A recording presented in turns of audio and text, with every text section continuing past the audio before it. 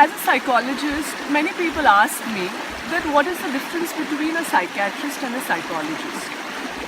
They also ask me that how can you heal someone or make someone feel better by just talking to them. So let me clear a few of these doubts today.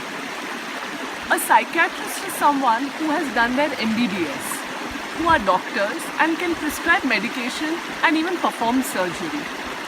A psychologist is someone who has done their masters in psychology, and they have learned various therapies which they can carry out with their patients. This can be compared to, say, let's take example of cricket. In cricket, hitting the ball with the bat, the actual impact can be compared with psychiatry. It is something very intense. It is the most practical thing to do.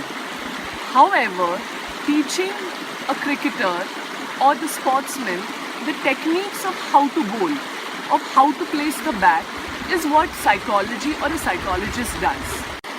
Now coming to the next question, that how can we heal someone through just talking? What happens in a session? Well, I'll give you an example. A session is nothing but a formal or an informal conversation between the therapist and the client.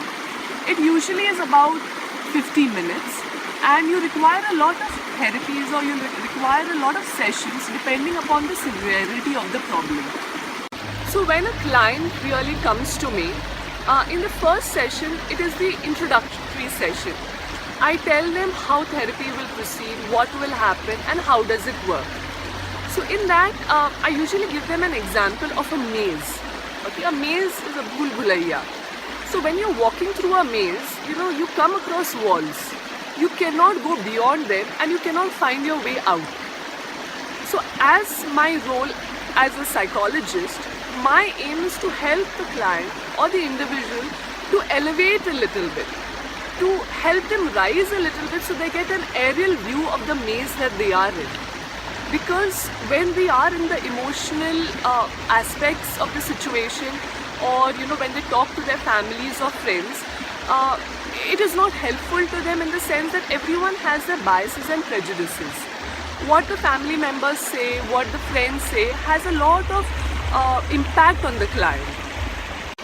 Family members, friends or relatives usually tell or give advice as to what should be done and what shouldn't be done by the client or the individual.